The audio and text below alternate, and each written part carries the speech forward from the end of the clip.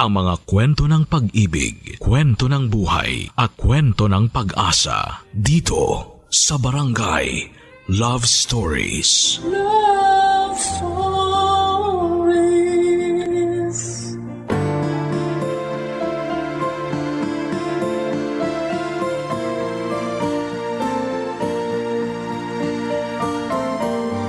Importante na bago tayo pumasok sa isang relasyon, kilalanin muna natin ang taong gugustuhin nating makasama sa iisang bubong. Mahirap kasing magkamali at masaktan ng dahil sa pagmamadali. Ikaw kabarangay, meron ka bang tao na minamahal mo ng husto? Dear Papa Dudut, wala namang pinanganak na perpekto kaya alam ko na lahat tayo ay nakaranas na magkamali sa buhay. Nandun yung malulugmok tayo sa mga pagkakamaling yon. Pero ang isa sa mga pinakamahalagang katangian na dapat nating taglayin ay kung paano bumangon at bumawi sa mga pagkakamali natin. Lalo na kung meron tayong tao na nasaktan. Yun din ang isa sa mga aral sa buhay na itinuro sa akin ng namayapa kong lola na masasabi kong dala-dala ko pa rin hanggang sa pagtanda ko.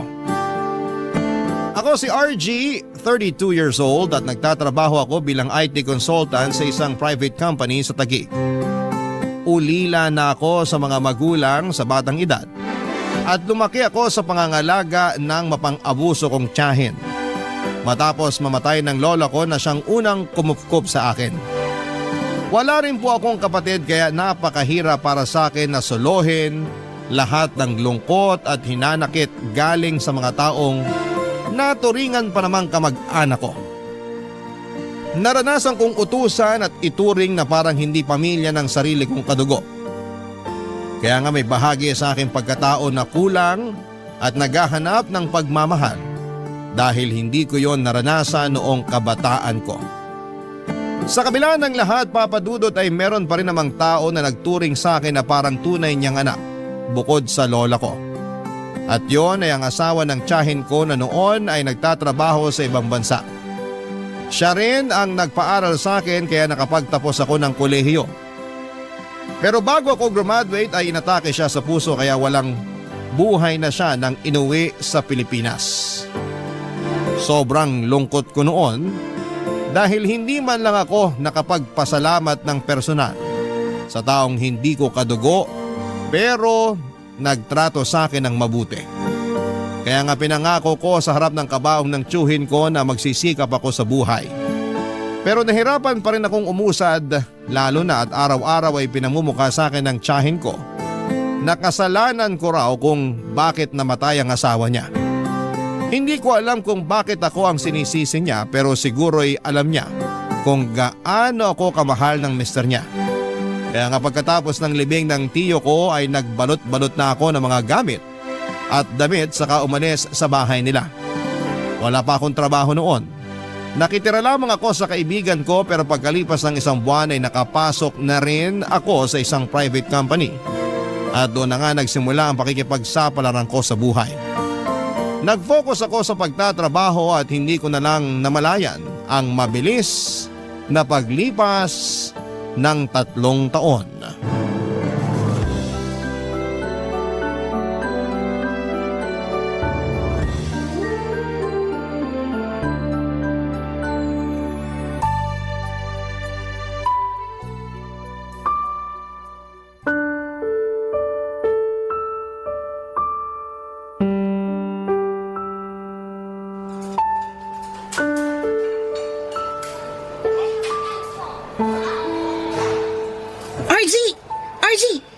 Dito ako nakapwesto. Hi. Hello. Upo ka muna. Sige. Richelle, right? Right. Don't tell me nakalimutan mo na ako. Parang kagabi lang. Inuuwi. Pwede ba? Huwag mo na nga sabihin yan. Bakit? Nahihiya ka?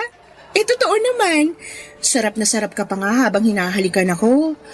Grabe, napapapikit ka pa nga ng mga mata habang sinisip-sip yung balat ko. Please, ayoko nang alalahanin pa yun.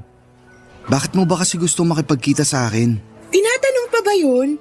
Siyempre kailangan mo kong panagutan. Ano ka mo? Panagutan? RG, ginalaw mo ko. May nangyari sa atin kagabi sa inuman ng katrabaho mo. Tapos kinabukasan lalayasan mo lang ako? Sa lagay, ganun na lang yun? Pero kasi... Linawin ko lang na hindi ako bayarang babae. Paano kita pananagutan? Buntis ka ba? Hindi ko alam, pero malay mo, nabuntis mo na pala ako. Ano ba kasing gusto mong mangyari? Paano kita pananagutan? Gusto ko lang naman na magsama na tayo sa iisang bubong. I've heard na mag-isa ka lang na nagre-rent ng apartment mo. Baka gusto mo magkaroon ng roommate. Nasisiraan ka na ba? Ayoko nga. Hindi nga kita girlfriend. Di sinasagot na kita ngayon. Ha? Sabi ko, sinasagot na kita ngayon. Kaya girlfriend mo na ako. Ngayon, pwede mo na ako ibahay. Ewan ko kung anong tinira mo para makapagsalita ka ng ganyan. Kung alukin mo ako na ibahay ka, para ka lang nagtitinda ng banana Q at turon pang merienda. Di hamak naman na mas masarap ako kaysa sa banana cute turon. Patunay nga dun yung reaksyon mo kagabi habang Please, wag mo nang ituloy, okay? Alam ko naman yun eh. Pero nagdadalawang isip lang ako sa gusto mong mangyari. Hindi pa nga natin kilala ang isa't isa tapos gusto mo na agad magsama tayo? Saka na lang natin kilalanin ng isa't isa kapag magkasama na tayo sa apartment mo. Ang mahalaga, nagkatikiman na tayo. Hindi ka ba talaga titigil? Inaasar lang kita, masyado ka namang pikon. Pero, seryoso, gusto ko na rin kasing maranasan magkaroon ng live-in partner kaya naisip ko na magsama na tayo. Bakit ikaw? Meron bang magagalit? May girlfriend ka ba o nagugustuhan? Wala ako pareho nun. Kaya nga, tayo na lang. Tsaka, alam ko naman na gusto mo rin. Ramdam ko yun. Nag-aalangan ka lang. Natural. Sobrang bilis kasi. Hindi kasi ako yung tipo ng babae na mahilig magpaligaw. Gusto ko live-in na kagad. Pangarap ko yun kaso di naman matupad-tupad. Kaya iparanas mo na sa akin. Kung hindi tayo mag-workout, saka tayo maghiwalay. Kaya sige na, pumayag ka na. May trabaho naman ako, mag-aambag ako. Masipag ako sa bahay at masarap magluto. Pero mas masarap ako sa kama. Ay, pwede bang pag-isipan ko muna? Sige, pero hanggang bukas lang. Ang iksi naman nun. Ay, mabagal ka lang magdesisyon kaya sana bilis-bilisan mo. So paano? Bukas ha? Umaasa ako na papayag ka para matikman mo ko ulit. Richel naman. Cute mo pala kapag namumula. Yan ang gusto ko. Papadudot nakilala ko si Richel sa isang inuman noong minsan akong sumama sa opisina ko na nag-birthday. Aaminin kong na love at first sight ako sa kanya kasi naman ay sobrang ganda niya. Balingkinita ng pangangatawan, makinis ang kanyang balat na parang kinulayan ng gatas sa puti. Kulay chestnut ang malago at mahaba niyang buhok at merong kissable lips. Natatandaan ko pa na naging tampulan kami ng tukso lalo na ng mga kaopisina ko matapos akong kindatan ni Richel. Doon na rin niya ako nilapitan at nakipagkilala siya sa akin. Nalaman kong nagtatrabaho siya sa isang BPO company, single katulad ko and ready to mingle. Sobrang na-enjoy ko yung kwentuhan namin ng mga katrabaho ko kasama si Richel hanggang sa iserve na nga yung alak. Buti na lang at walang pasok kinabukasan kaya pwede kaming magpakalasing. Game na game rin naman si Richel na nooy nakakandong na sa akin at pinagsasalin ako ng inumin. Hindi ko malilimutan yung mabango niyang amoy na sigurado kong hahanap-hanapin ko. Basta ang natatandaan ko na lang ay pareho na kaming lasing nang yayain ako ni Richel sa isa sa mga bakanteng kwarto doon at doon nga ay may nangyari sa amin. Kaya nga laking gulat ko kinabukasan nang yayain niya akong ibahay ko na siya. Ni sa hinagap ay wala pa sa plano ko ang magkaroon ng kinakasama. 25 years old pa lamang ako noon. Alam kong sa buhay may asawa ay wala akong kalam-alam. Kaya nga nung una ay naisip kong tumanggi sa plano ni Richel pero hindi na ako nakapalag noong binalandra na niya sa akin ang katawan niya. Tapos sobrang mapang-akit pa siyang tumingin at manalita. Kaya naman nadala ko. Napakagat labi na lamang ako. at naisip kong wala namang masama kung subukan namin. Kinabukasan ay pumayag na ako na lumipat siya sa apartment ko at sa paglipas ng isang buwan ay doon ko na nga siya unti-unting nakikilala, Papa Dudut.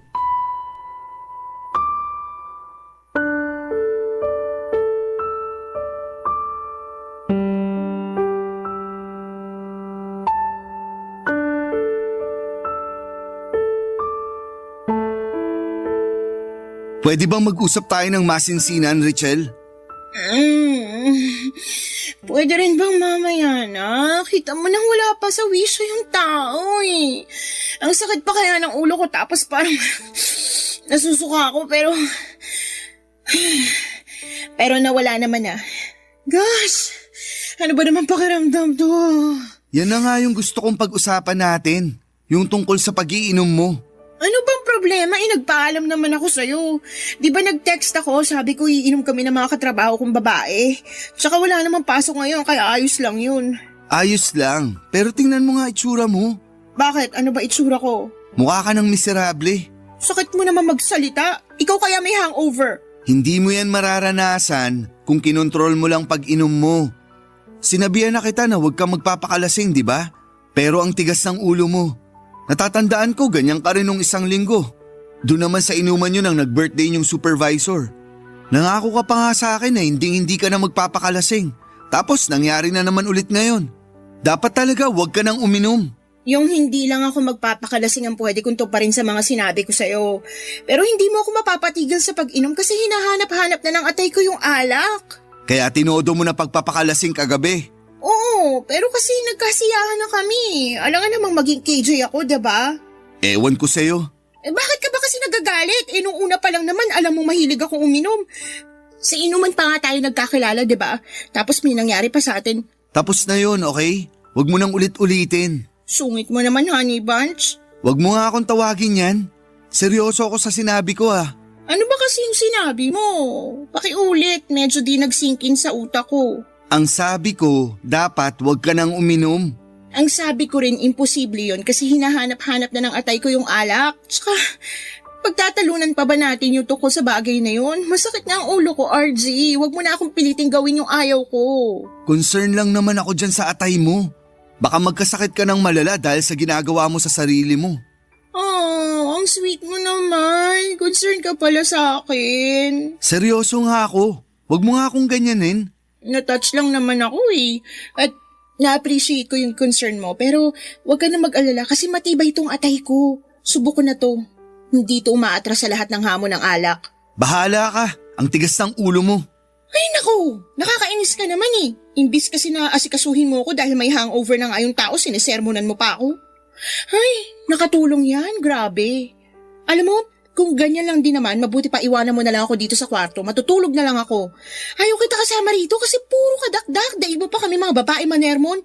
Di naman kita magulang, no? Ay, sorry na. Hindi ko naman sinasadya eh. Gets ko naman na concerned ka. Sinabi mo na yan eh. Pero baka nakakalimutan mo na hindi na ako bata. 26 na ako. Nasa tamang edad na para magdesisyon sa sarili ko. Tsaka, wala ka pa sa buhay ko. Nagiinom na ako. Sanay na katawan ko doon. Pero, buhay pa rin ako't malakas. Kaya sana, huwag mo na lang pakialaman yun kasi naglilibang lang naman ako eh. Stress na nga yung tao sa trabaho tapos dinadagdagan mo pa. Kaya nga, sorry na. Babawi na lang ako sa'yo. Sige, sabi mo yan ah. Oo. Ano bang gusto mong gawin ko? Gusto mo bang ipagluto kita ng makakain? Hindi, busog pa ako. Pero, gusto ko bili mo ako ng bag. May nakita ko sa online ang ganda. Tingnan mo, dali! Papa Dudo, tama naman si Richelle nang sabihin niyang kinasanayan na niya ang pag-inom ng alak at hindi ko yon basta-basta mayaalis sa kanya. Lalo na at gawain na rin niya yun bago pa kami magkakilala. Pero nung binili ko na siya ng bag ay nakinig na siya sa akin nung sabihin ko na sana'y maghinay-hinay siya dahil napapagod ako sa kakasundo sa kanya pag nagiinom siya. Lalo na at madaling araw o alanganin yung lugar. Bukod doon ay gusto ko rin na isaisip niya na may kinakasama na siya. Hindi na siya single katulad ng dati. Nagkabati rin naman kami, Papa Dudut, pagkatapos ng pagtatalong yon. Bagito pa kami sa setup namin pero unti-unting natututunan naming magtiwala at irespeto ang isa't isa. Sa loob ng 1 taong pagsasama namin sa iisang bubong ay masasabi kong maraming nagbago at nag-adjust sa lifestyle ko. Magaling sa kama si Richelle. Nasasatisfy niya ang pangangailangan ko. Siguro kung may issue man kami ay tulad pa rin ng dati na naming pinagtatalunan. Walang iba kundi ang pag-iinom niya at pagiging party girl. Hindi ko mapigilang mag-alala lalo na at grabe siya kapag nalalasing. Nawawala talaga siya sa katinuan at may tendency na gumawa siya ng mga bagay na pwede niyang pagsisihan pag napapasukan ng alak ang kanyang sistema. Hindi ko makakalimutan yung nalasing siya isang beses at nagubad ng underwear noon sa inuman namin. Barangay Love Stories. Barangay Love Stories. Papa Dudut, masasabi kong mas lumalim yung feelings ko para kay Richelle nang magsama na nga kami sa iisang bubong. Kaya naman binakurang ko na siya laban sa mga lalaking nagkakagusto at pumoporma sa kanya. Tulad ng sinabi ko ay maganda si Richelle at hindi talaga yon kumukupas at mas lalo pa siyang naging sexy sa paningin ko. Kaya nga naging seloso ako at overprotective kay Richelle lalo na at maraming umaaligid sa kanya. Pero hindi naman ako yung tipo na may pagka-eskandalosong tao. Tahimik lang po akong magselos kaya nga kahit noong isang beses na nakita kong may kasamang ibang lalaki si Richelle na feeling close sa kanya noong sunduin ko siya sa workplace niya, ay nagkibit balikat na lamang ako. Inisip ko na lamang na baka bagong salta yon since hindi ako pamilyar sa mukha nito. Nakumpirma ko naman yon sa girlfriend ko nang ikinuwento niya na bago niyang trainee ang naturang lalaki. Lumipas nga mga araw ay napansin kong napapadalas ang pagsabay-sabay nila ng lalaking yon kapag lumalabas ng building kung nasaan ang opisina nila. Tapos naghihiwalay na lamang sila kapag nakikita na nila na nandun ako at nakaabang. May pagkakataon na nabad trip ako kaya sinamaan ko ng tingin ng lalaking yon. Bagay na kinainis ni Richelle nang mapansin niya. Nauwi pa nga sa pagtatalo ang tagpong yon pero kinabukasan ay nagkabati rin kami. Nagsorry ako at inaming may nangyari lang sa pinagtatrabahuhan ko na nakakainis. Kaya hindi ko sinasadyang naibunton yon sa kanya at sa trainee niya, Papa Dudut. Isang araw, nagkaroon kami ng 3 days seminar sa La Union. Kaya naman kinailangan kong umalis sa amin at iwanan pansamantala si Richelle. Sinabi niya sa akin na mami-miss niya ako. Kaya nangako ako na lagi kaming magvi-video call. Pero napaagang uwi ko at plano ko sanang sorpresahin siya. Bumili pa nga ako ng paborito niyang bulaklak at chocolate cake pero pagbukas ko ng pinto ng apartment namin, ako pala ang nasorpresa. Nahuli ko lang naman na may katalik siyang ibang lalaki, Papa Dudut.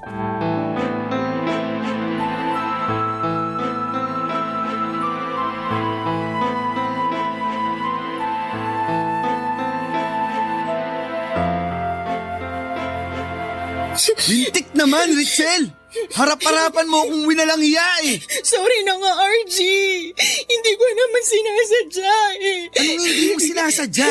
Dinig na dinig ko pa ungol mo habang nakapatong sa yung lalaking yun. Tapos, dito niyo pa talaga ginawa sa apartment ko? Hindi na talaga kayo naiya. Nadala lang naman kami ng bugso ng damdamin. Miss na kasi kita, kaya akala ko ikaw siya. Anong akala mong ako siya? Pwede ba? Huwag mo nang bilugin ulo ko. Dinadagdagan mo pa talaga kasalanan mo. Bakit di mo na lang sabihin na malandi ka? Sobra ka naman magsalita, RG. Nakakabastos ka na. Nababastusan ka sa akin? Ano pa kaya yung ginawa nyo ng lalaking yun? Hindi ba yung kabastos-bastos sa parte ko? Kaya nga humingi ako ng sorry. Tao lang nagkakamali. Ikaw ba perpekto? Hindi rin naman, diba? Hindi nga, pero di ako gumagawa ng ganyang klaseng bagay. Marunong ako mag-control, Richelle. Hindi katulad mo. Nawala lang ako sandali. Nangati ka na bigla tapos nagpakamot ka na agad sa ibang lalaki. Magdahan-dahan ka sa pananalita mo. Bakit? Anong gagawin mo? Sasampalin mo ako? Sige, subukan mo. Hindi porke nagawa ko yung bagay na yun ay masamang tao na ako. Ewan ko kung mahina ka lang umintindi o sadyang wala ka talagang utak eh. Nadala nga lang ako ng damdamin ko. Akala ko ikaw yun kasi miss na kita. Kayo nga mga lalaki pag natutuksot humingi ng tawad sa aming mga babae, pinapatawad namin kayo kasi mahal namin kayo. Pero pag kami, tingin nyo na agad Makati at ano pa, marumi. Ibang bagay naman yun. Hindi ako ang nakipagtalik sa ibang lalaki rito, kundi ikaw. Kaya wag mong ibalik sa akin yung kasalanan mo. At wag mo na rin subukang magpalusot. Dahil kahit anong sabihin mo, hindi na mabubura sa utak ko kung ano yung nakita ko. Ang kakapal ng mukha nyo. Dito pa talaga kayo nagmilagro sa pamamahay ko. Sana man lang nagkaroon kayo kahit kaunting kahihiyan sa katawan. Lalo ka na. Sa kakasalanan mo pa rin naman dahil nagpakalasing ka na naman. Ilang beses na natin pinag-usapan yung tungkol sa pag-iinom mong yan. Pero hindi ka talaga nakikinig. Ang tigas ng ulo mo. Tapos isisisi mo sa alak yung kalandian mo? Wala akong nilalanding ibang lalaki pag hindi ako lasing. Anong wala? Halata namang close na close kayo nung lalaking yun. Kasi kung hindi, di ka rin magtitiwala sa kanya na ihatid ka rito sa apartment natin. Hindi mo siya patutuloyin dito at walang mangyayari sa inyo. Kaya sigurado ako na kahit di kayo lasing, gagawa pa rin kayo ng milagro. Sumusobra ka na sa mga sinasabi mo sa akin, ha? Hindi ako ganong klase ng babae kaya wag mo akong pagsalitaan ng ganyan. Talaga lang ha? Pumayag ka nga may mangyari sa atin nung unang beses na nagkakilala tayo. Tapos sasabihin mo hindi ka ganong klaseng babae? Lokohin mo lelang mo, Richelle. Di ka lang malandi. Haliparot ka rin. Kapal ng mukha mo! Akala mo kung sino ka kung makapagsalita! Mas makapal ang mukha mo! Malandi ka!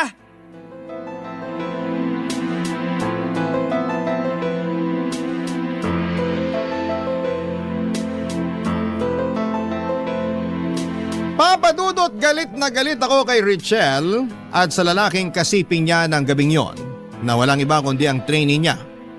Gulat na gulat silang pareho nang maaktuhan ko sila habang nakapatong sa GF ko ang lalaking yon bago ko siya dinambahan para suntukin at gulpihin. Umiyak at nag-hysterical noon si Richelle habang inaawat kami pero galit na galit pa rin ako.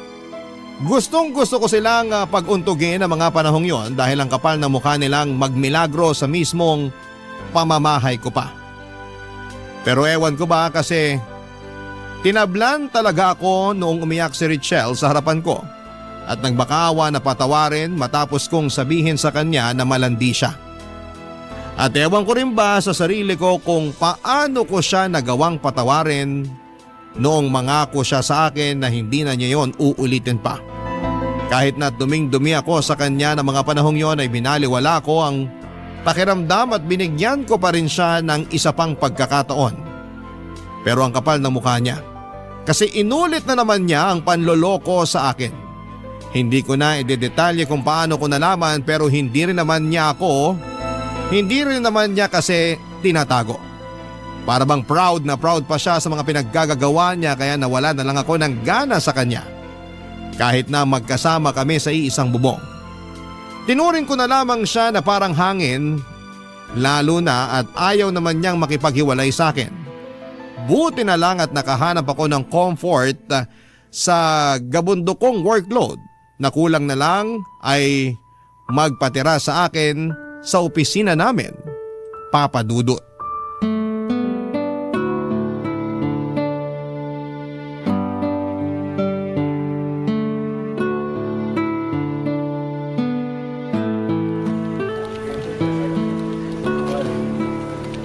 Hi, Sir RG. Break time Hindi ka pa kakain? Ha? Alas 12 na ba? Oo. Pero subsob na subsob ka pa rin dyan sa computer mo. Oo. May report lang kasi na pinapagawa si boss kaya minamadali ko. Kailan ba deadline yan? Sa ano? Sa susunod pa pala na linggo. Kita mo na, hindi naman pala minamadali. Ikaw lang yung nagmamadali. Hindi ko kasi mapigilan. Gusto kong tapusin na yung mga pinapagawa sa akin. Okay lang naman yun. Kaya nga natutuwa sa'yo boss natin kasi masipag ka at advance magpasa. Pero okay lang din kung mag-chill ka. Dinig na dinig kaya sa cubicle ko yung pagtipa mo sa keyboard mo. Parang gigil na gigil ka eh. Ganun ba? Sorry. No worries. Pero lately, napapansin ko na balisa ka. May problema ka ba? Wala namang tao na walang problema. Sa bagay. Pero kung ano man yan, gusto ko lang sabihin na pwede mong i-share sa akin. Willing ako makinig at good listener din ako. So huwag ka mag-hesitate. Thank you. Pero kaya ko pa naman. Talaga lang ha? Mukha ka na kayang pinagsakluban ng langit at lupa dyan. Ganun na ba ako kamiserable? Slight lang naman. Pero gwapo ka pa rin. Naku, kabago-bago mo pa lang pero bolera ka na. Hindi kita binobola. Nagsasabi lang ako ng totoo. Siguro di ka sanay na sinasabihan ng ganon, no? Oo, medyo. Ano bang dapat kong sabihin pag may nagsabi sa akin ng ganon? Madalas kasi natatameme na lang ako. Ang awkward tuloy. Madali lang yan. Pwede kang mag-thank you. Ganun lang kasimple? Oo naman. Siguro, ganun lang din sinasabi mo kapag sinasabihan kang maganda. Ha? Ang sabi ko, maganda ka, Lulu. Thank you. Oh, bakit bigla ka yatang nautal at namula dyan? Tingnan mo, singpula ng hinog na kamahatis yung mukha mo. Pwede ba wag mo nang ipagsigawan? Mamaya may makarinig pa eh. Asarin pa ako lalo.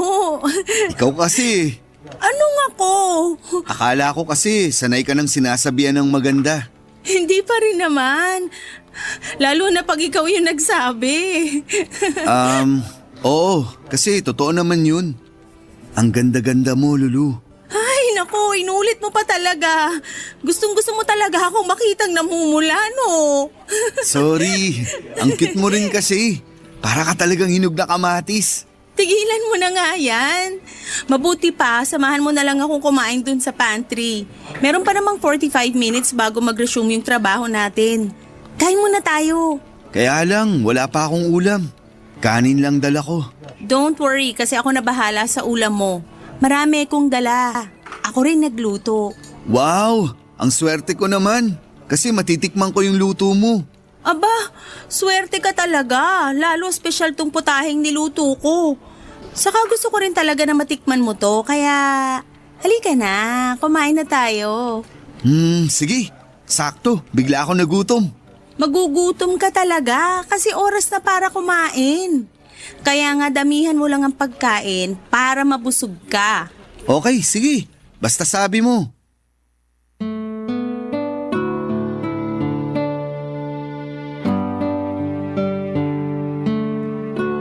Baguhan lamang sa team namin si Lulu pero aminado akong nakuha na niya kaagad ang atensyon ko, Papa Dudut. Bukod doon ay maganda rin siya. Kamukha nga niya si Sanya Lopez. Magalang din siya at mainhin na magsalita. Magaling din siyang makisama kaya hindi lang ako ang natutuwa sa kanya. In fact, marami sa mga kaopisina namin ang naging instant ka-close niya. Pero sa aming lahat ako talaga yung madalas na nilalapitan ni Lulu para magpaturo tungkol sa trabaho namin. Bagay na hindi ko naman tinatanggihan bilang nauna sa kanya sa opisina namin. Kaya bilang ganti ay palagi na niya akong nilulutuan ng mga paborito niyang putahe na naging paborito ko na rin kinatagalan. Ang sarap niyang magluto. Kaya naman excited akong pumasok sa araw-araw. Bukod doon ay unti-unti ko rin siyang nakilala sa mga kwentuhan namin during lunchtime. Aminin kong nagsimula na akong humanga kay Lulu, lalo na noong nalaman kong may tungkulin pala sa simbahan ng daddy niya. Kaya pala napaka-mainhin niyang kumilos at napakagalang manalita. At doon ko nga na-realize na malayong malayo siya sa kilos at sa pag-uugali ni Richelle, Papa Dudut. Barangay Love Stories. Barangay Love Stories. Papadudot mahal ko si Richelle pero nang panahong yon ay unti-unti nang naaagaw ni Lulu ang atensyon ko. Suportado rin naman ng mga katrabaho ko ang pagiging malapit namin sa isa't isa dahil aware sila sa panloloko sa akin ng kinakasama ko. Sa katunayan ay nagsawa na sila sa kakapayo sa akin na makipaghiwalay na at huwag nang magpadala sa pagmamakaawa ni Richelle pag pinapaalis ko siya sa apartment.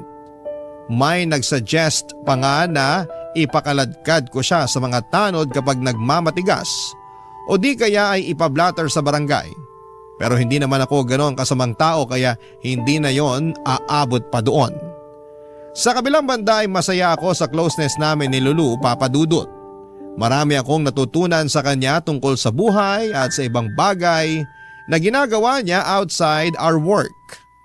Doon nga ako nagsimulang mapaisip kung sakaling si Lulu ang unang nakilala ko kesa kay Richelle, baka nasa mas maayos na disposisyon ang buhay ko.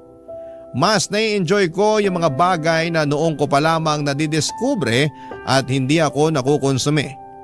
Lumipas pa nga mga araw at ramdam ko na hindi na lang ako ang may nararamdaman sa aming dalawa, Papa Dudut.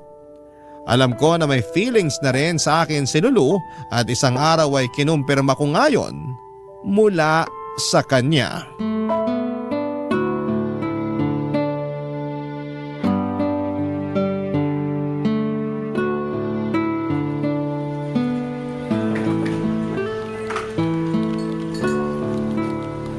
Alam mo, kung lagi mo akong pinagluluto nitong mga masasarap mong potahe, siguradong hahanap-hanapin ko na to.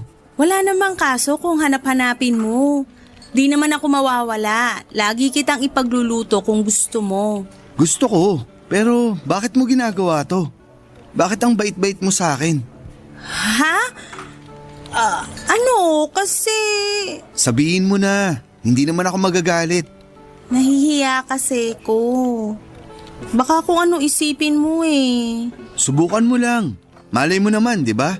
Sabihin mo na sa akin yung reason mo kung bakit mabait ka sa akin at palagi mo akong pinagluluto. Kasi gusto kita, RG. Oh, okay. Nagsimula lang yun sa simpleng pagkakrush eh. Pero lumalim ng lumalim habang unti-unti kitang nakikilala. Gusto ko lang talagang magpapansin sa'yo kaya pinatikim kita ng luto ko.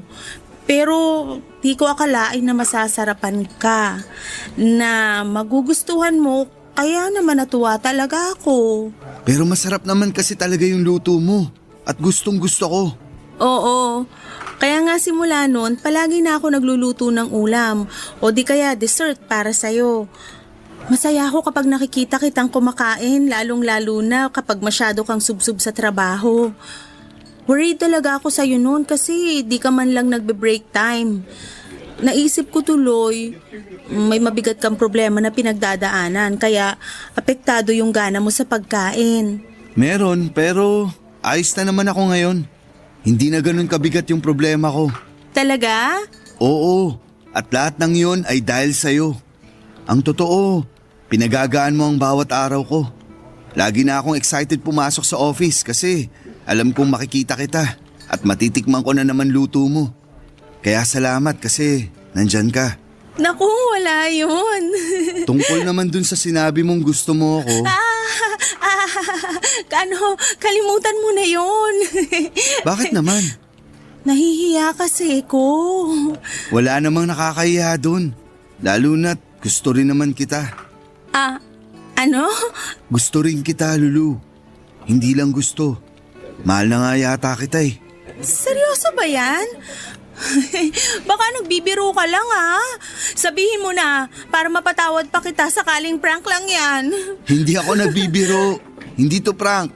Matagal na talaga kitang gusto. Hindi ko lang sinabi agad kasi nagdadalawang isip ako na baka merong magalit. Magalit? Oo, katulad ng boyfriend o manliligaw. Naku, wala ako nun. Saka kung meron man, hindi na ako titingin pa sa ibang lalaki. Kaso nga wala. Ikaw ba? Wala rin. Yun naman pala eh. What if ligawan kita? Pumapayag ka ba? Oo naman. Pero, what if wag na? Kasi ganun din naman yun. Anong ganun din naman yun? Sasagutin din naman kita, kaya i-advance na natin. Oo na agad ang sagot ko. Kung ganun, payag ka nang maging girlfriend ko? Oo, RG. Tayo na.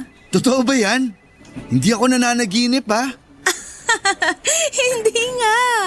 Sige nga, kurutin mo ako. Okay, sabi mo eh. Aray ko! Oh, sabi mo kurutin kita. Oo nga.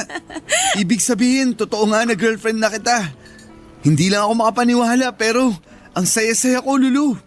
I love you so much. Maniwala ka na kasi totoo yun. I love you so much din, RG. Pwede ba kitang halikan? Oo naman. Habang nasa lunch break pa sila. Papa Dudut, ang totoo ay may bahagi sa akin na gustong makiganti kay Richelle nang maging kami ni Lulu. Pero kinain ako ng konsensya ko dahil napakabait na tao ni Lulu. Hindi niya deserve na lokohin at pagmukaing tanga. Kaya naman sinabi ko sa sarili ko na kailangan kong gawin ang tama. Doon nabuo ang desisyon ko na tuluyan ng makipagkalas kay Richelle sa ayaw at sa gusto niya. Hindi niyo naman ako masisisi kung bakit nawala na ako ng amor sa kinakasama ko. Mali ko lang siguro ang pumayag akong maging kami ni Lulu kahit na magkasama pa rin kami ni Richelle sa isang bubong. Doon pa lang niloko ko na si Lulu dahil wala siyang kamalay-malay na in a relationship ako. Pero plano ko na talagang tapusin ang lahat sa amin ni Richelle. Kaya lang ay nagmatigas naman siya. Ayaw din niyang umalis sa apartment ko kaya ako na lamang ang umuuwi sa apartment ni Lulu para makasama siya. Kabado ako na baka malaman niya ang tungkol kay Richelle pero buti na lamang at wala namang nagkukwento sa kanya sa opisina namin na may kinakasama na ako. Siguro alam din nila na deserve ko si Lulu at hindi na kami in good terms ni Richelle. Anumang reason nila ay thankful ako dahil suportado nila ang relasyon namin ni Lulu, kaya lang ay totoo nga ang kasabihan na wala pong lihim na hindi nabubunyag.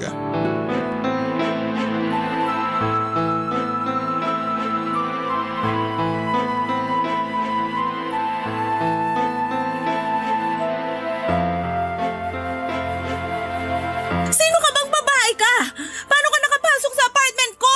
Tinatanong pa ba yon? Siyempre, di mo naman nilak yung pinto nung sinusundan ko tong si RG. Halika rito, di pa ako tapos sa'yo. Huwag na huwag mong sasaktan si Lulu, Richelle! At bakit hindi mga agaw yan? Ahas, malandi. Kilala mo yung babaeng yan, RG? At bakit hindi niya ako makikilala? Ako lang naman ang girlfriend niya. Huwag mo sabihin na hindi mo alam yon. Pwede ba? Tumigil ka na, Richelle! Ayoko nga! Ayaw mo bang malaman ng babaeng niya na tayo talaga yung totoong magkarelasyon dito? Matagal na ako nakipag-iwalay sa'yo. Pero ikaw lang yung nagmamatigas. Sa ayoko nga, bakit ba? Ayoko na rin sa'yo. Dahil sa paulit-ulit mong panluloko sa akin. Sa palagay mo, paano pa kita mapapatawad? Matapos mo akong saktan ng paulit-ulit. Tapos, ikaw pa ngayon may lakas ng loob na sumugod dito para mag-iskandalo? Sinaktan mo pa si Lulu. Nagawa ko lang naman yun kasi nagulat ako nung nakita ko kayo naghahalikan eh. Tapos nagalit ako. Dapat kasi ako lang yung hinahalikan mo, hindi ko sino-sinong babae. Sa lagay, ayos lang na umalik ka ng iba't ibang lalaki? Tapos ako hindi? Wala na akong iba.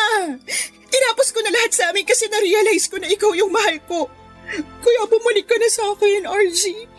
Umuwi na tayo sa bahay at magsimula ng bagong buhay. Handa akong kalimutan itong nangyari. Ako na lang ulit ang piliin mo. Hindi ako naniniwala sa'yo. Kasi nuknukan ka ng sinungaling. Ayoko na rin magkabalikan tayo. Dahil may mahal na akong iba. At si Lulu yun. Ano bang meron ng babaeng to na wala ako? Di hamak naman na mas maganda ako sa kanya. Tingnan mo nga yan, mas sexy pa ako dyan eh. Sabihin mo na yung gusto mong sabihin. Pero si Lulu ang pinipili ko. Kaya pwede ba? Simulan mo na mag-impake ng mga damit at gamit mo. Para makalayas ka na sa apartment ko. Palalayasin mo ko? Saan ako pupunta? Hindi ko alam. Problema ko pa ba yun? Pero wala na akong RG, wala na akong pera. Tapos malapit na rin akong tanggalin sa trabaho kasi basta, Kaya please, nagmamakaawa ako, huwag mo ako paalisin. Hindi mo na ako madadala sa pagpapaawa mo. Hindi na rin ako maniniwala sa mga sinasabi mo. Isa lang ang gusto kong mangyari ngayon. Yun ang tapusin na ang lahat sa atin. Hindi na kita mahal. Si Lulu na ang mahal ko. Eh di magsama kayong dalawa. Kala mo siguro magmamakaawa ako sa'yo, pues nagkakamali ka. Bagay nga kayo kasi pareho kayong cheap. Umalis ka na sa pamamahay ko bago pa kita ipapulis! Hindi mo na kailangan gawin yun kasi kusa akong rarampa palabas ng pangit mong apartment. Mga linti kayo. Lulu, nasaktan ka. Ano bang hinihintay mo? Lumayas ka na rin sa apartment ko! Lulu, please. Magpapaliwanag ako. Hindi ko kailangan ng paliwanag mo dahil isa ka ring nuknukan ng sinungaling. Di ba tinanong kita kung merong magagalit pag naging tayo? Sabi mo wala. Kaya nagtiwala ako sa'yo pero biglang-bigla na lang may baliw na babaeng susugod sa apartment ko at mananakit sa akin. Pasalamat siya hindi ko siya pinabarangay pero pag bumalik pa siya dito, ipapadambot ko na siya. Pasensya ka na. Natakot lang naman ako sa magiging reaksyon mo kaya di ko na sinabi sa'yo. Mas matakot ka sa pwede kong gawin sa'yo kung hindi ka pa aalis sa harapan ko. Papa Dudut, wala akong nagawa ng araw na yon, kundi ang umalis sa apartment ni Lulu. Gulong-gulo ang isipan ko at mas lalo akong kinain ng konsensya nang marinig ko ang iyak niya pagkalabas ko ng pinto. Gusto ko sanang pumasok ulit para i-comfort siya pero alam ko na hindi yon makakatulong sa sitwasyon namin. Galit na galit sa akin si Lulu dahil sa pagsisinungaling ko tungkol sa totoong status ng relasyon namin ni Richelle. Kasalanan ko naman kasi dapat ay tinapos ko muna ang lahat sa amin bago ko pumasok sa panibagong pakikipagrelasyon. Kaya nga wala akong ibang sinisisi noon kundi ang sarili ko. Nang umuwi ako sa apartment ko ng araw ding yon ay naabutan ko pang nag-iimpake ng mga gamit at damit niya si Richelle. Matapos noon ay walang imik siyang umalis at naiwan akong nag-iisa sa 4 na sulok ng apartment ko. Napasalampak na lamang ako sa sahig habang sinasabunutan ang aking sarili. Hindi ko na rin napigilang umiyak ng mga panahong yon, Papa Dudut. Mahal na mahal ko si Lulu kaya ako nasasaktan ng husto. Pero alam kong mas nasaktan ko siya. Kaya nga kinabukasan ay sinubukan ko ulit siyang kausapin noong nagkita kami sa opisina. Pero hindi na siya tulad ng dati kung makitungo sa akin. Ramdam kong may distansya na at kung kausapin niya ako ay puro tungkol na lamang sa trabaho. Labis akong nalugmok ng mga panahong yon habang pinagsisisihan ang kasalanang nagawa ko sa kanya, Papa Dudut. Pero isang araw ay kinausap na lamang niya ako at humingi siya ng tawad dahil nagawa niya akong tiisin. Nagkaiyakan kami at nagkapatawaran, Papa Dudut. Si Lulu kasi yung klase ng babae na hindi mapagtanim ng galit. Marami akong sinabi sa kanya at marami rin siyang sinabi sa akin. Sa huli nagkasundo kaming maghiwalay at maging mabuting magkaibigan na lamang, Papa Dudut. Pero mabuti ang Diyos, lalo na sa mga taong lubos na nagsisisi sa mga kasalanang nagawa nila. Kasi pagkaraan ng 4 na buwan ay hindi nawala ang feelings namin ni Lulu para sa isa't isa. Unti-unti kaming nagkalapit lalo na nung nagsimula na akong umattend sa mga gathering ng simbahan nila. Doon ko rin nakilala ang mga magulang niya at ang buong pamilya niya. Hindi nga nagtagal ay nagkaaminan kami ng feelings ni Lulu at doon namin nakumpirma na mahal pa rin namin ang isa't isa. At doon na ulit namin sinimula ng panibagong pahina ng aming pag-iibigan.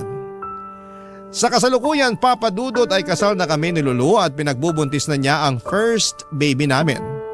Walang pagsidla ng kasiyahan ko dahil nakilala ko na ang babaeng iniharap ko sa altar na siya ring makakasama kong bumuo ng aming pamilya. Mahal na mahal ko si Lulu at siya ang dahilan kung bakit kompleto na ang pagkatao ko. Siya ang rason, Papa Dudut, kung bakit naranasan ko ng mahalin ng totoo at buong buo.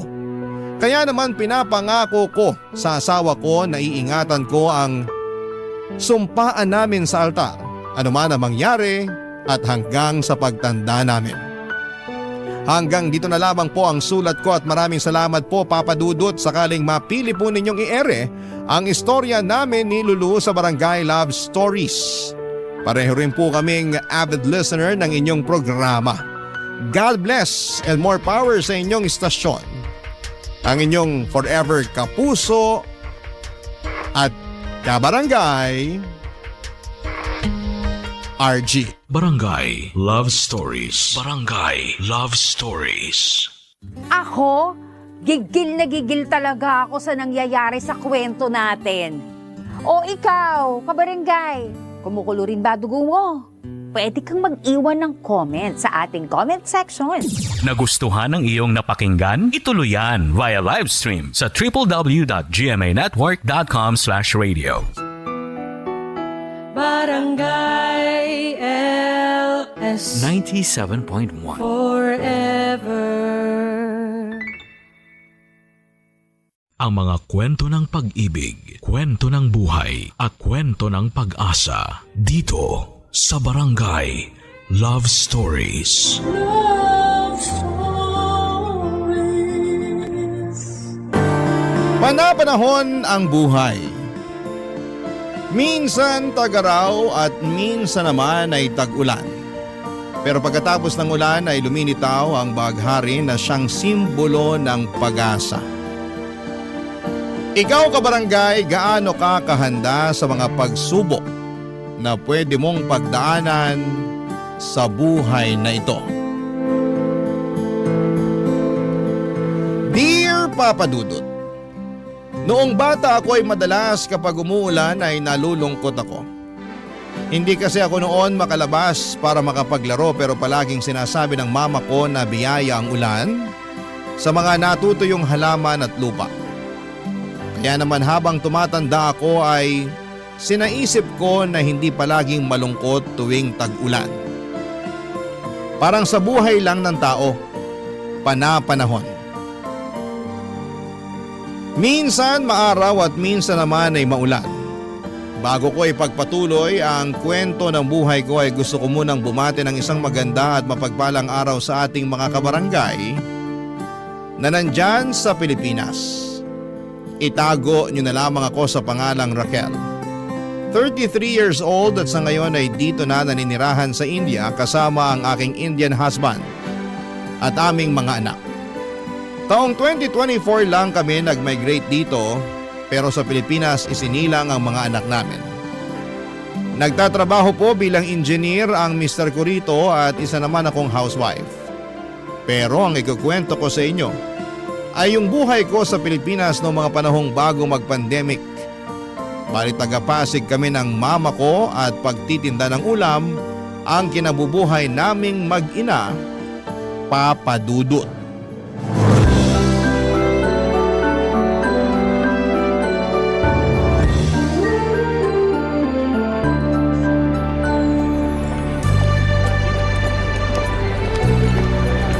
Grabe, Ma. Ubus na agad yung mga paninda natin. Alauna pa lang ng hapon. Ayaw mo nun.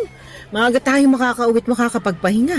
Kaya nga po, aga rin nating nagising kanina. Medyo inaantok na ako. Matulog kapag uwi natin kasi ako may pupuntahan pa pala. Saan po? Sa kumari ko. May labada ako sa kanya. Sayang naman kung di ko pupuntahan. Hindi po ba kayo pagod? Pagod, pero sabi ko nga, sayang. Ibang klase, napakasipag niyo po talaga. Ganun talaga. Pag natapos ko naman yun ng maaga, makakauwi rin ako ng maaga para makapagpahinga. Tapos may dagdag kita pa tayo pandagdag sa pambayad natin ng upa. Malapit na naman kasi yung due date. Nakita ko na naman yung nakasimangot na pagmumukha ng landlady natin. Akala mo naman hindi babayaran. Ewan ko ba dun? Ay, maiba tayo, nak. Ano po yun? Ewan ko lang kung ako lang ang nakakapansin pero kursunada ka yata nung isa nating customer.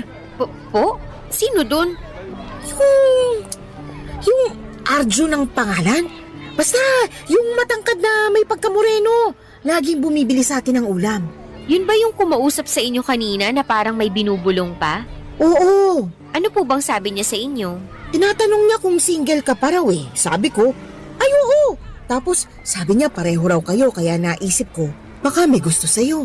Alam nyo naman po na wala pa sa isip ko ang magpaligaw. Wala pa nga ba? 24 ka na. Ganyang edad ko nung may 4 na taong gulang na akong anak. Sa bagay, aga ko rin kasing lumande. Mama talaga.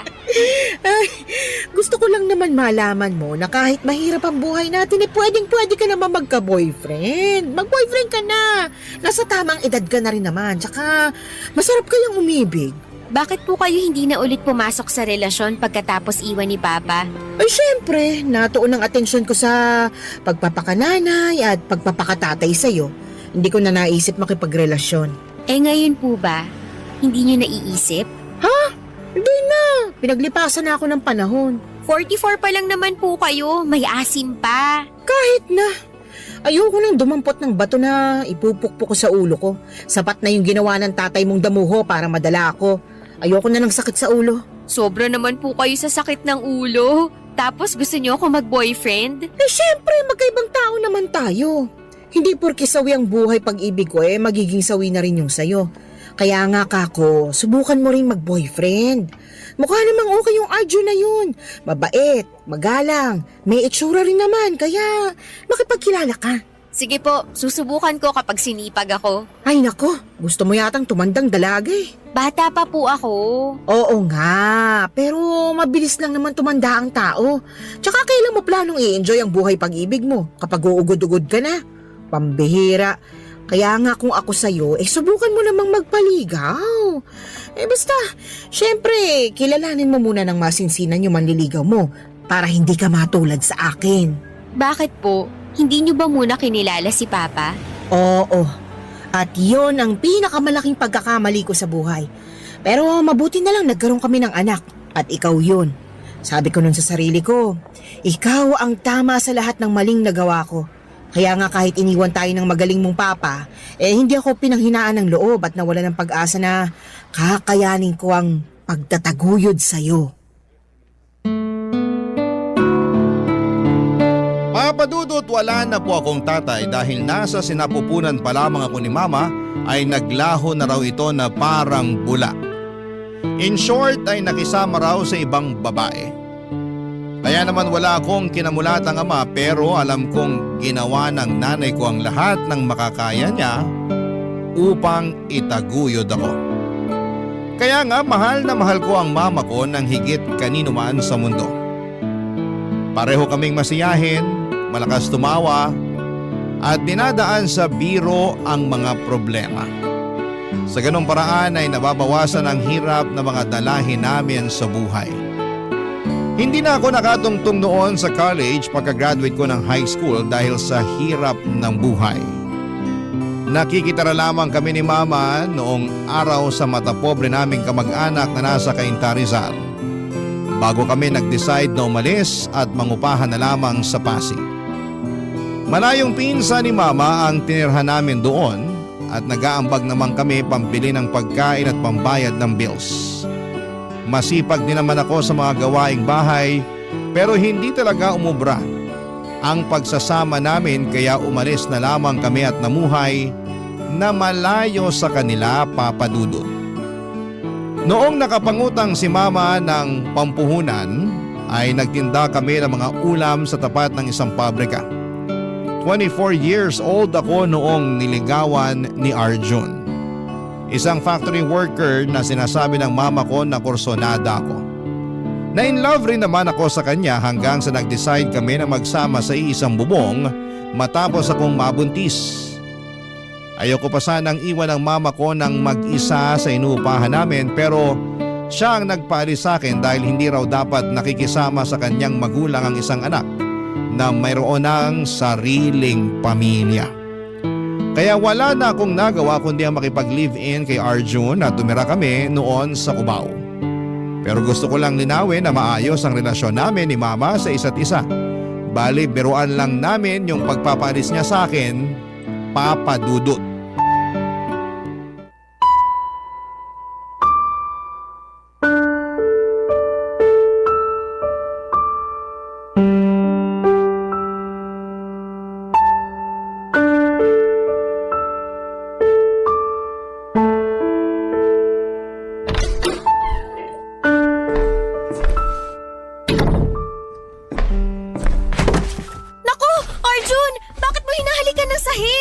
Sira ka ba? Hindi ko hinahalikan ng sahig. Nawalan lang ako ng balanse kaya tulungan mo na lang akong tumayo. Oo, sige. Huwag mo nga akong hawakan. Kanina sabi mo tulungan kita, tapos bigla mo kong itutulak at sasabihin mo ngayon na huwag kitang hawakan? Oo, hindi mo ba narinig? Bingi ka siguro. Hindi ako bingi ah. At ikaw, bakit ka lasing? Ano bang pake mo kung lasing ako? Nanay ba kita? Di naman, di ba? Hindi nga, pero baka nakakalimutan mo na kinakasama mo ko. Saka nanay ako ng magiging anak mo. Anong magiging anak ko? Wala pa akong magiging anak. Napakasira ulo mo. Dahil sa kalasingan mo, nagawa mong kalimutan ang sarili mong anak. Pwede ba? Huwag kang maingay dyan. Daig mo pa yung manok. Hilig mong pumutak. At bakit hindi kita na? Aray! Bakit mo ako sinampal? Yan ang dapat sa'yo. Sinabi ko na kasing manahimik ka. Sobra ka na! Akala mo kung sino ka! Sige, kapag hindi ka pa nanahimik dyan, paduduguin ko na sa suntok ko yung bunganga mo. Gagawin mo talaga sa akin yun? Oo naman, bakit hindi? At kailan ka pa natutong manakit ng babae, Arjun? Ngayon lang, kasi nakakabulahaw ng mga kapitbahay ang bunganga mo. Sige, sabihin mo, paanong hindi kita bubungangaan? Wala kang sabi-sabi sa akin na nakipag-inuman ka pala. Baka lang hindi mo alam kung anong oras na, oh. 12:00 na ng madaling araw. Kanina pa ako alalang-alala sa yung damuho ka. Ay, talaga naman. Sige, subukan mo. Kundi magsisisigaw ako lalo para mabulahaw na natin yung mga kapitbahay natin. Napaka-eskandalosa mong babae ka. Wala ka na bang hiya? Bakit ako mahihiya? Ikaw nga yung walang hiya. Sumusobra ka na talaga, ha? Nanggigigil na ako sa'yo. Mas nanggigigil ako sa'yo. Ay, peste ka talaga. Halika nga rito. Aray! Bitiwan mo ako, Arjun! Bitiwan lang kita kapag natutok ang ilugar ang sarili mo sa pamamahay na to. Paanong ilugar? Alam ko naman kung anong lugar ko rito. Alam daw, pero kung makapagsalita ka dyan, akala mo kung sino ka. Niyayabangan mo pa ako? Kung paduguin ko na talaga yung bunganga mo.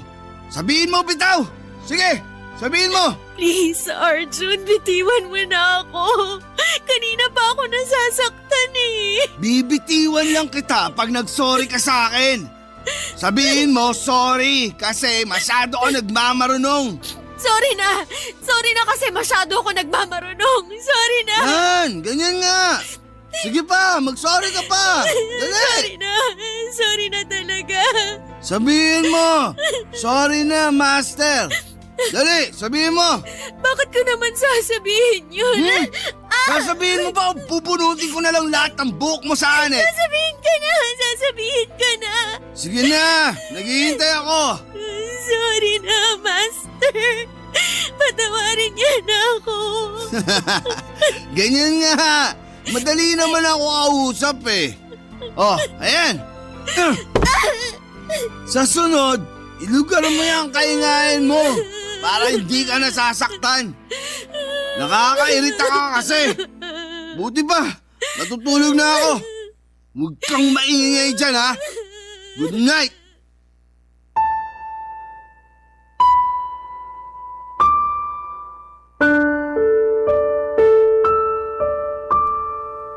Papadudot, hindi ko na lamang namalaya na mabilis na palang lumipas ang 5 buwan. At sa loob ng mga panahong yon hanggang noong bago ako pinisikal ni Arjun ay maayos naman ang pagsasama namin. Pero napansin ko na mainitin talaga ang ulo niya tapos gusto niyang nasusunod palagi. Kaya nga noong sinabi niyang pumirmi ako sa bahay namin at intindihin ko na lamang daw ang pagbubuntis ko ay yon ang ginawa ko. Kaso hindi ko po akalain na darating kami sa punto na mapagbubuhatan niya ako ng kamay. Kahit naman masayahin akong tao at positibo sa buhay, ay marunong pa rin akong masaktan. Nagsorry rin naman sa akin si Arjun kinabukasan at sinabi niyang nadala lang daw siya ng kanyang emosyon. Papadudot, pinatawad ko siya at pinagsabihan na huwag na niyang ulitin ang pananakit niya sa akin. Hindi ko rin po siya sinumbong sa mama ko dahil ayokong masira ang imahe niya bilang kinakasama ko at tatay ng magiging anak namin, Papa Dudut. Barangay Love Stories. Barangay Love Stories.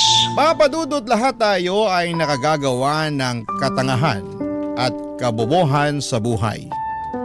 Hindi po yon maiiwasan dahil tayo ay tao lamang.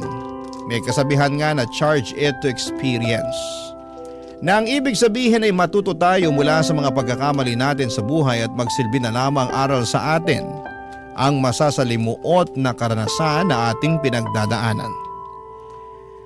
Pero ang masasabi ko lang ay napakalaking katangahan na pinatawad ko si Arjun dahil umasa akong hindi na niya uulitin ang pananakit sa akin.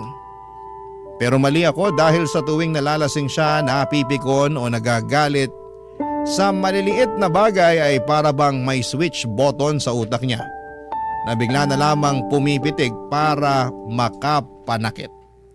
At lahat ng iyon ay natiis ko hanggang sa sumabit ang kabuwanan ko sa pagbubuntis. Ewan, super tanga na lang talaga siguro ako ng mga panahong yon. Dahil hinayaan ko si Arjun na pagbuhatan ako ng kamay kahit na pinagbubuntis ko ang aming anak.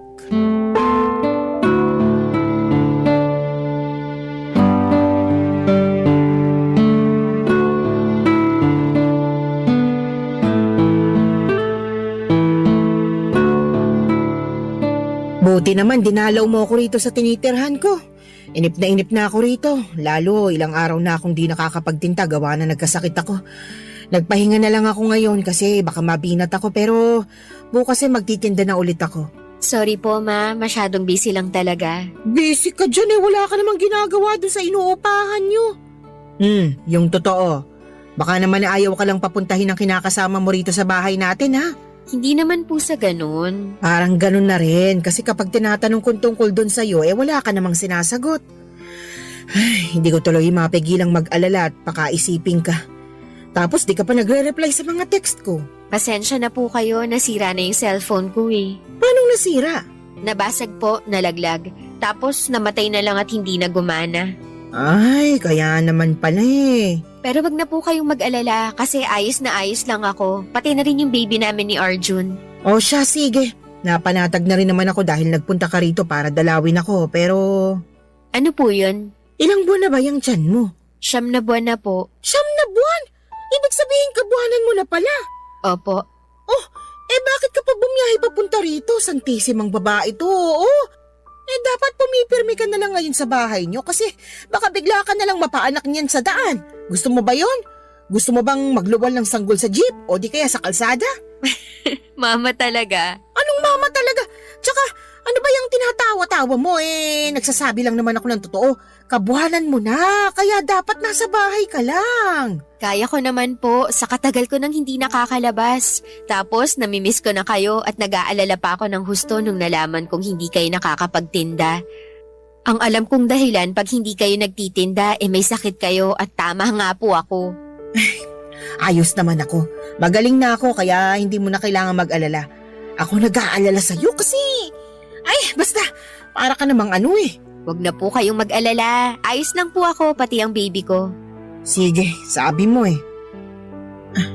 Teka, ano yan? Po? Alin po? Yung itim na marka sa braso mo. Ano yan? Patingin nga. Wag na po. Anong wag na? Tsaka ano to? Pasa ba to? Hindi po yan pasa. Oy, hindi ako pinanganak kahapon, nak. Alam kong pasa yan. Pagsabi ka nga sa akin, sinasaktan ka ba ng Arjun na yon? Hindi po. Sigurado ka? Baka pinaglololo mo ko ha? Mahihila ko patilya mo. Hindi po ako sinasaktan ni Arjun. Nasagi lang po yan sa cabinet nung isang araw kaya nagpasa. Nasagi raw sa cabinet mukhang bugbog yan. Kung totoo nga yung sinasabi mo, patingin nga ng isa pang braso mo. Bakit po? Gusto ko lang makasiguro na nagsasabi ka ng totoo. Nagsasabi po ako ng totoo. Maniwala na lang po kayo. Hindi mo ako masisisi na nagkakaganito ko. Nung isang gabi lang, napanaginipan kitang sinasaktan ka raw na kinakasama mo. Alalang-alala ko sa'yo nun, nak. Panaginip lang po yun. Hindi po ako sinasaktan ni Arjun. Siguraduhin lang niya dahil kung hindi may kalalagyan siya sa akin. Ma, Ano yun? ma, tingin ko manganganak na ako. Ay, Santissima! Yan ang nga bang sinasabi ko, babae ka! Taga, tatawag lang ako ng tulong. Maupo ka lang muna dyan.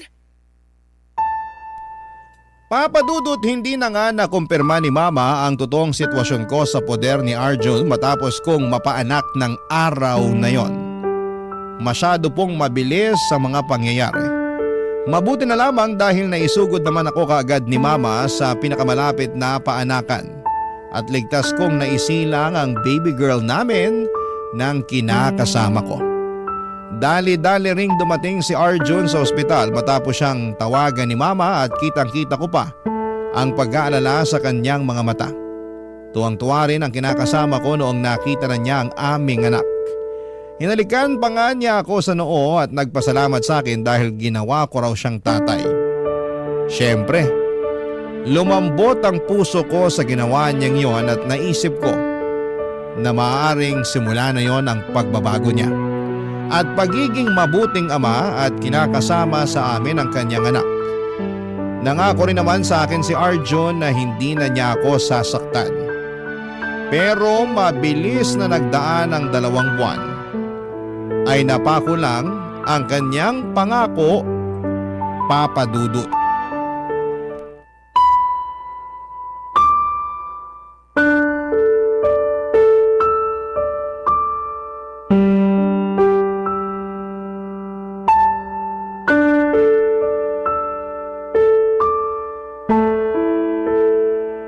Arjun, ano ba?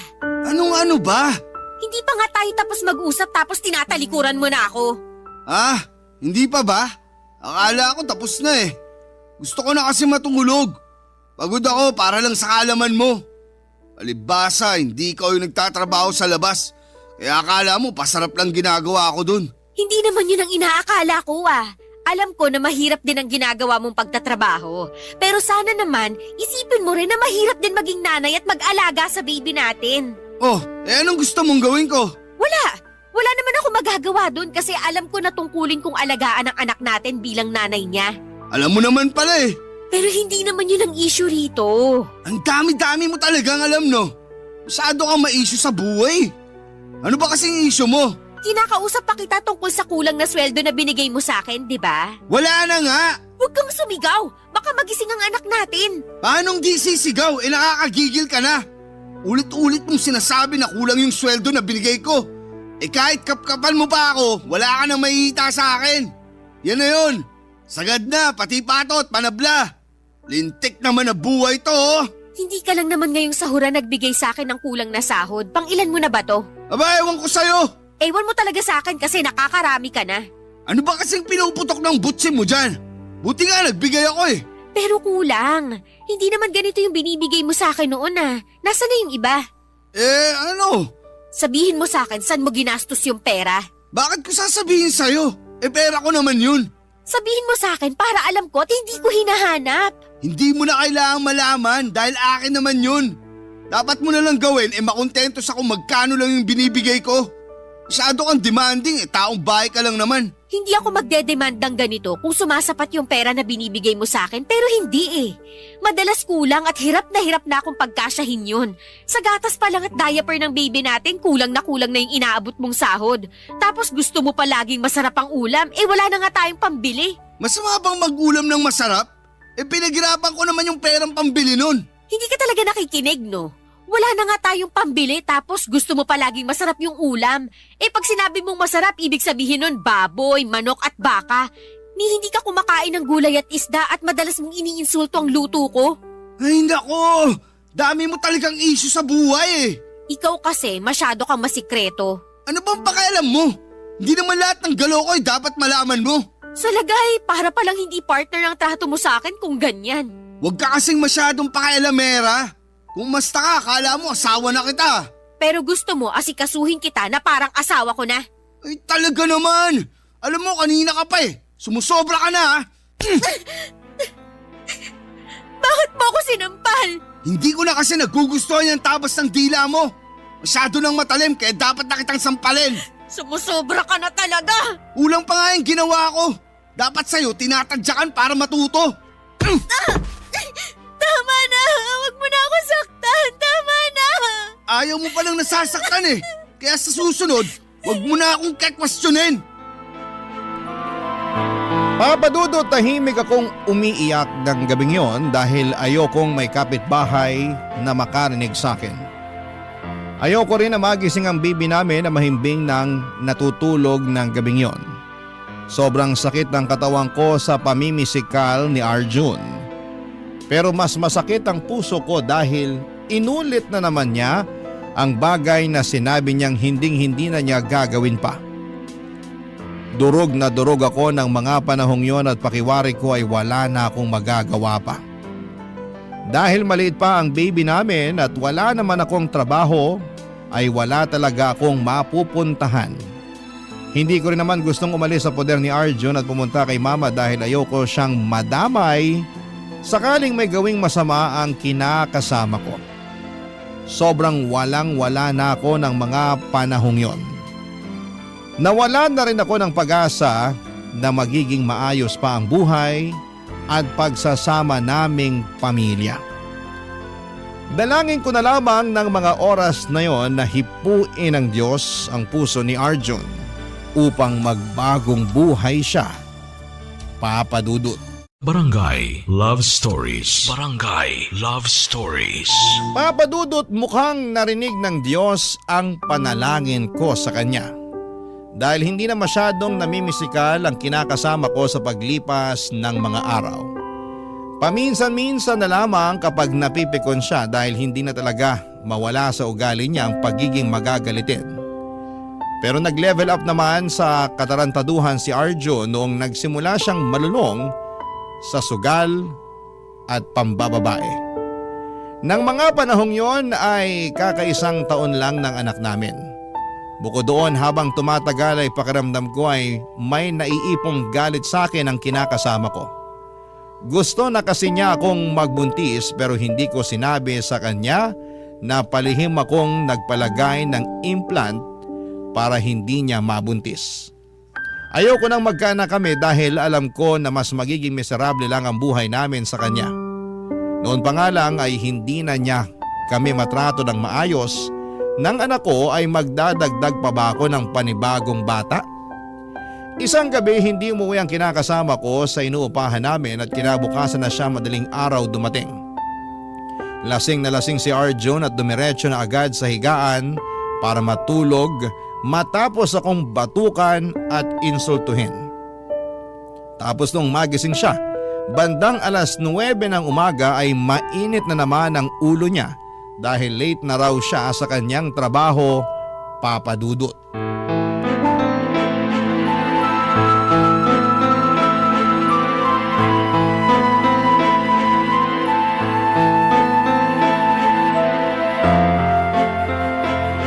Anak naman ng tuknene.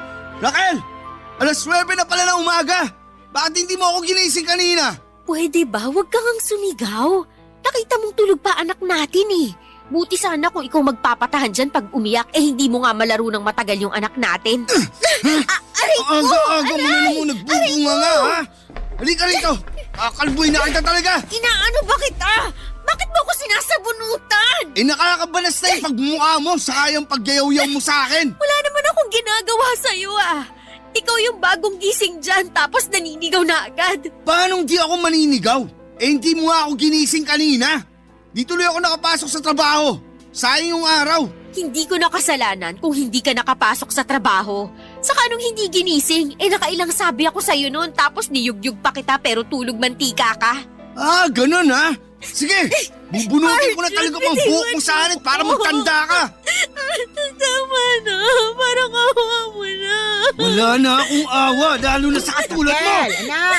Mama? Ka ba? Ano pong ginagawa mo rito? Sira ulo ka! Bakit mo sinasabunutan ng anak ko? Bakit niyo naman po ako binatukan? Kulang pa yan dahil sa pananakit mo sa anak ko. Sabihin mo, anak, bakit niyo sinasabunutan? Hindi ko po alam. Basta na lang po siya nagalit sa akin. Wala naman po akong ginagawa sa kanya. Anong walang ginagawa? Ang aga-aga, nagbubunga ka dyan. Paano hindi kita bubungangaan? Nakakainis ka na. Kahit na bungangaan ka pa nitong anak ko, wala ka pa rin karapatan na saktan siya. Napakasira ulo mo. Ganito palang ginagawa mo sa anak ko. Mabuti pa, wag na po kayo makialam dito. Problema na po namin to ng anak nyo. Hindi ko kayo pakikialaman kung hindi mo sinasaktan ang anak ko. Nak, sabihin mo, ngayon ka lang ba sinaktan ng lalaking yan? Sabihin mo ka na madali. Hindi po. Maraming beses na po niya akong sinaktan. Simula pa lang nung pinagbubuntis ko yung anak namin, nananakit na po siya, Ma. Bakit kasi ngayon mo lang sinabi sa akin? Sana noon pa lang nailayo na kita sa kanya. Natakot po kasi ako. Saka nangako naman po si Arjun na magbabago na eh. Kaya lang, napako lang po yung pangako niyang yun. Sinubukan ko namang tuparin yung pangako ko sa'yo ah. Kaso anong magagawa ko kung nakakapikon ka na minsan? Anong nakakapikon ako minsan? Ang sabihin mo, mabilis ka lang talagang mapikon at magalit. Tapos kasunod na nun yung pananakit mo sa akin. Sapat na yung dahilan para may kalagyang kang lalaki ka. Sobra ka na sa ginagawa mo sa anak ko. Humanda ka sa akin. Ano pong gagawin niyo sa akin? Tinatanong pa ba yan? Di irereklamo kita para makulong ka. Napakakapal ng pagmumukha mong saktan ng anak ko. Mag-isa ko lang yung tinaguyod ng araw. Pinakaiingatan ko yan. Halos hindi ko na pinadatapuan sa lamok. Tapos ikaw, pipisikalin mo lang. Sinasabi ko na nga ba na yung nakita kong pasa niya nung buntis pa lang siya sa anak mo, hindi talaga galing sa aksidente, kundi mayroong bumugbog sa kanya. Nakakagalit lang at nakakasama ng loob bilang magulang ang ginawa mo sa anak ko, kaya dapat mo tong panagutan.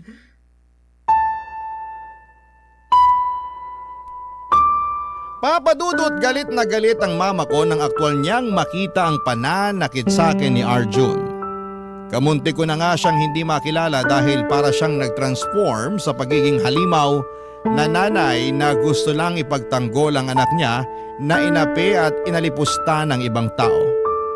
Nagkabaranggayan pa nga kami at naipukulong ni mama si Arjun sa police station. Pero nagkaareglohan din kami matapos magmanikluhod ng kinakasama ko at nagmakaawa sa akin na patawarin na siya. Oo, alam ko ang sasabihin ng mga kabarangay natin. Napakatanga. Sa akin na ang korona ng katangahan ng mga panahong yon. Pero inisip ko na lamang na ayoko mawala ng tatay ang anak namin, kaya pinatawad ko naman siya. Kaso may iba palang plano ang kapalaran sa amin. Isang linggo matapos makalaya ni Arjun mula sa pansamantalang pagkakakulong sa kanya ni Mama ay inatake naman siya sa puso. Dahilan upang mamatay siya. Tulirong-tuliro ako ng mga panahong yon. Hindi ko na alam ang gagawin dahil bigla na lamang akong naiwang mag-isa na magtataguyod sa anak namin. Pero buti na lang at nandyan si Mama na siyang naging pinakamalakas na suporta ko. Kaya matapos mailibing ni Arjun ay lumipat kami ng anak ko sa inuupahan ni Mama sa Pasig upang doon tumira ng magkakasama. Naging katulong ulit ako ni Mama sa pagtitinda ng mga pagkain habang nag-aalaga sa aking anak. Mabilis na lumipas sa mga taon at kasagsagan ng pandemic ay mayroong Indian National na kumatok sa aking puso, Papa Dudut.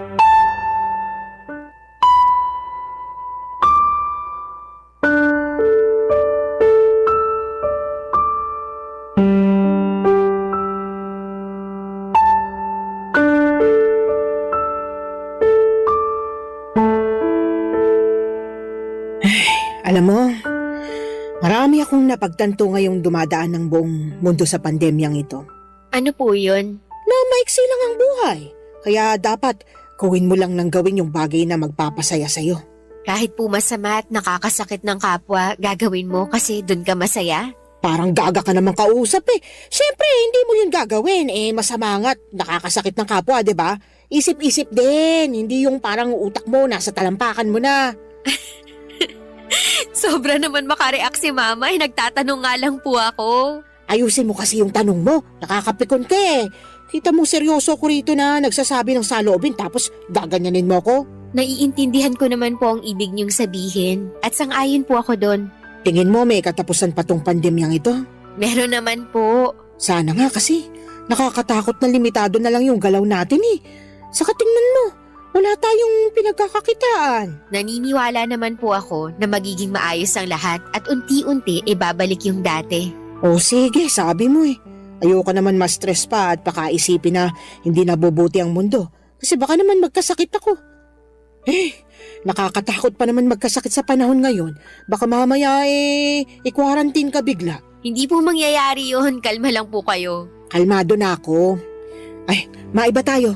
Kumusta kayo nung sinasabi mong Indian National na kachat mo? Ayos lang naman po. Nagugustuhan ka na ba niya? Hindi ko po alam pero nung unang beses na nag-usap kami, niyaya niya na agad ako magpakasal. Ganun ba talaga ang mga Indian? Ang bibilis. Baka kasi nakita niya sa'yo yung pagiging wife material kaya ganun. O anong sinabi mo? Sabi ko ayoko kasi wala naman sa plano ko ang pagpapakasal. Matapos nung pinagdaanan ko kay Arjun, ewan ko na lang kung hindi pa ako matakot na kumilala ulit ng panibagong lalaki. Tapos Indian pa to, hindi pa taga rito. Mababait naman ang mga Indian ah. May kaibigan akong Indian, maayos sila kausap at matitino. Yung iba pa nga sa kanila nakapangasawa ng Pinay. Pero natatakot pa rin po ako, saka ano? komplikado po ang relasyon namin kasi sinabi ko na sa kanya na may anak ako sa una kong kinasama. O ano sagot niya? Hindi raw po niya ako matatanggap kasi paniniwala nila dapat walang anak sa ibang lalaki ang babae na mapapangasawa nila. Sabi ko ayos lang naman sa akin kung hindi niya ako tanggapin dahil may anak na ako. Ayaw ko na rin sa kanya. Ay, ganun ba yun? Hindi ka nasaktan? Nasaktan, pero hindi ko naman siya mapipilit na tanggapin ako. Saka ayoko na ako lang yung tanggapin niya. Dapat tanggapin niya rin ang anak ko dahil anak ko yun eh. Sa akin ang galing yun at hindi ko ipagpapalit sa kung sino mang lalaki ang anak ko. Hindi baling tumanda kung walang kasama sa buhay katulad niyo, ma. Ay, nadamay pa ako bigla. Totoo naman po, diba? Totoo naman yun. At tama rin naman ang mga sinabi mo. Wag na wag mong ipagpapalit ang anak mo sa kung sino mang lalaki sa mundo dahil yung mga yan, marami yan, pwedeng palitan, pwedeng iwanan. Pero yung anak mo, iisa lang yan. Basta, ang focus ko na lang sa ngayon ang anak ko. Gusto kong magsumika para mabigyan siya ng maayos na buhay sa hinaharap. Gusto kong patunayan na kahit mag-isa lang ako na nagtataguyod sa kanya, kayang-kaya ko. Hindi ka naman mag-isa kasi kasama mo ko. Opo, ma. Salamat po kasi nandyan kayo sa tabi ko. Walang anuman. Saka, sino-sino bang magtutulungan? Tayo-tayo rin naman. Basta, magsikap ka lang sa buhay. Ako nang bahala dito sa anak mo. Alam mo naman na mahal ko tong apo ko eh. At hanggat malakas pa ako, aalagaan ko siya sa abot ng makakaya ko. Salamat po ulit. Maraming salamat po. Papadudot malaki ang pasasalamat ko sa mama ko dahil hindi niya kami iniwan ng anak ko, lalo na noong mga panahong kailangan namin siya. At magpasa hanggang ngayon ay nananatili pa rin ang suporta at pagmamahal niya sa amin kahit na narito na kami sa India. Kung tatanungin ninyo ako kung ano ang nangyari sa amin ng Indian National na nagyaya sa aking magpakasal noon at nagsabi na hindi niya ako matatanggap dahil may anak ako sa ibang lalaki, ay siya pa rin naman ang napangasawa ko. Hindi niya rin kasi ako natiis at gusto niya na makipagbalikan sa akin. Pero hindi naman magkaibigan ang turingan namin sa isa't isa, doon niya pinagtapat na gusto niya pa rin akong mapangasawa.